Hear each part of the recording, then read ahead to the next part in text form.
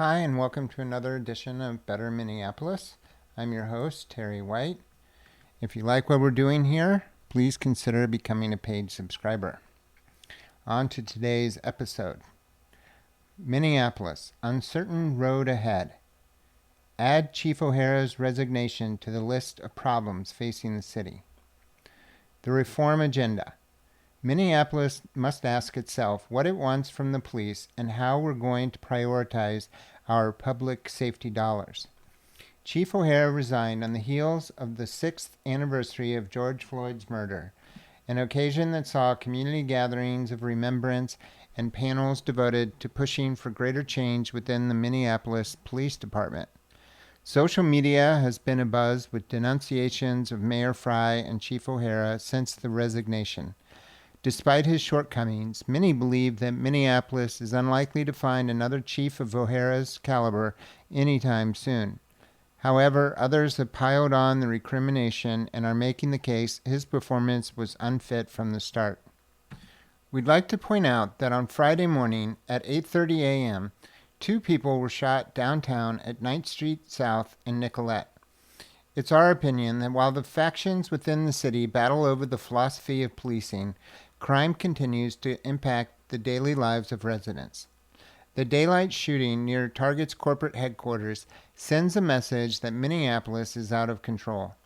While Minneapolis may be improving in some areas, it's worth examining whether we are spending too much time analyzing the police and not enough trying to combat the root causes of crime.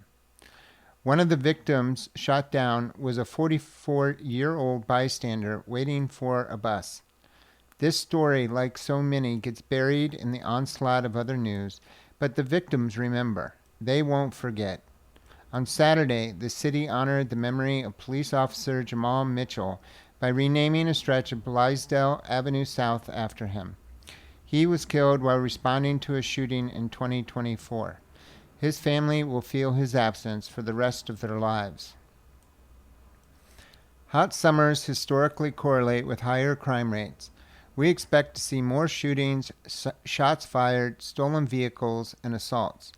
Hopefully, it is clear to people that the heat is only one factor in crime rates, just as the number of police is one factor. Unfortunately, because of a depleted number of officers, historical abuses, cost overruns, and continued trouble within the department, we as a city seem to place most of our focus on the MPD to either save the city or drag it down. The causes of crime, however, are numerous, and we would like to see the city reach a plateau where it can accept that both the police and other social supports are needed. The causes of crime often cited include poverty and economic inequality, social environment and peer influence, family dysfunction and childhood trauma, substance abuse, lack of education, and employment. In this newsletter, we often advocate for elected officials to focus more on creating the economic environment necessary for job creation. The reason we do so is because jobs address poverty. When people are working, it can lead to less substance abuse, more family cohesion, and more tax dollars to fund the social safety net needed to assist people with housing and education. We aren't advocating for jobs because we're eager to see capital pool at the top of the economic food chain. Rather, it's because without them, desperation creeps into a city. People go hungry, and they turn on one another. There are many problems with capitalism, and the Democratic Party would be well served to consider how to ameliorate the worst of these. But at the same time, the jobs created when businesses grow and thrive build community and reduce inequality. Let the data lead. My recent newsletter about the fate of Commissioner Barnett of the Office of Community Safety elicited a number of comments questioning the need for this department. When it comes to safety, it's worth asking whether the Office of Community Safety reduced crime. We'd like to see more emphasis on the statistics and less on the ideology driving these programs. For example, to illustrate the importance of data, let's consider an issue that isn't a topic of focus right now. Does distributing condoms at high schools reduce teen pregnancy? Without looking up any data, our first reaction would be yes, absolutely it does. We would advocate for the county to distribute them everywhere possible to reduce unwanted pregnancies that can lead to reduced education and economic opportunities, especially for women. However, looking up the data, we find a more nuanced picture. Without counseling and education support, distribution can actually increase unintended pregnancies. Knowing the data, if we were to design a program to reduce teen pregnancy, we would pair it with counseling and education. Otherwise, we would have a program funded by the government that wasn't resulting in the desired outcome. Here's another example. The city raised the price of cigarettes to a minimum of $15. If the goal is to reduce smoking, we would want to see the data. It might be that it has resulted in less cigarette smoking, good, but more use of nicotine packets and vaping, bad. This trade-off might be acceptable, but we want to have the data to inform the path forward. This approach would be useful when it comes to the Office of Community Safety. Has it reduced the need for police officers or reduced crime?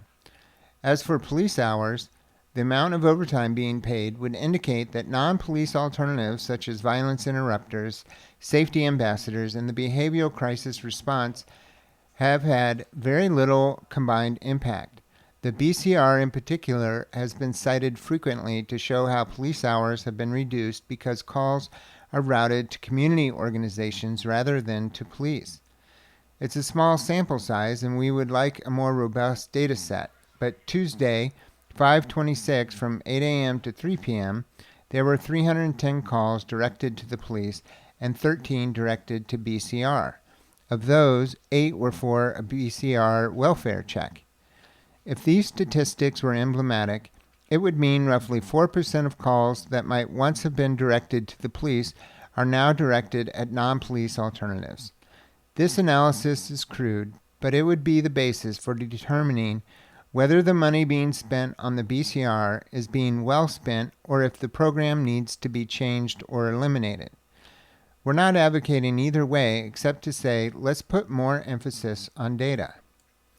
Setting aside the specific candidate for commissioner of the Office of Community Safety, now might be an appropriate time to revisit the goals of this program and the makeup. What data shows whether violence interrupters and other non-police alternatives work? One metric is to examine homicides and shots fired. These appear to be roughly the same in 2026 as they were in 2025. Year-to-date assault offenses are at 4,285. Last year, there was 4,056.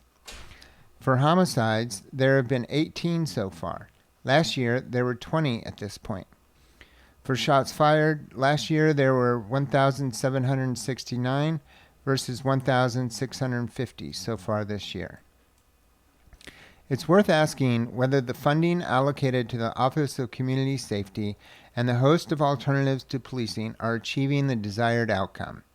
We often hear about people wanting to see police officers in their communities, walking patrols, rather than only showing up when shots have been fired. More interaction between the police and the community before a violent crime is committed could reduce crime and improve trust. A trained officer wearing a uniform is a presence that represents order for many people. The goal in reviewing these services is to support what is working and discard what isn't, instead of assuming that national data used to inform their creation is relevant in our local situation. One of the main reasons the City Council has put Commissioner Barnett in administrative purgatory is his handling of the budget. They want answers as to why the police have exceeded theirs for overtime and other categories. That's a fair question. It is part of their fiscal responsibility. We're suggesting the review be broader. The statistics indicate the city has not seen a significant reduction in violence from violence interrupters, nor are patrols of unarmed safety ambassadors leading to less open drug use, robberies, assaults, car thefts, and vandalism. So maybe it's time to look at alternatives to the alternatives. Having data on what is working will benefit the next chief, whomever that person turns out to be. Thank you for listening, and have a good day.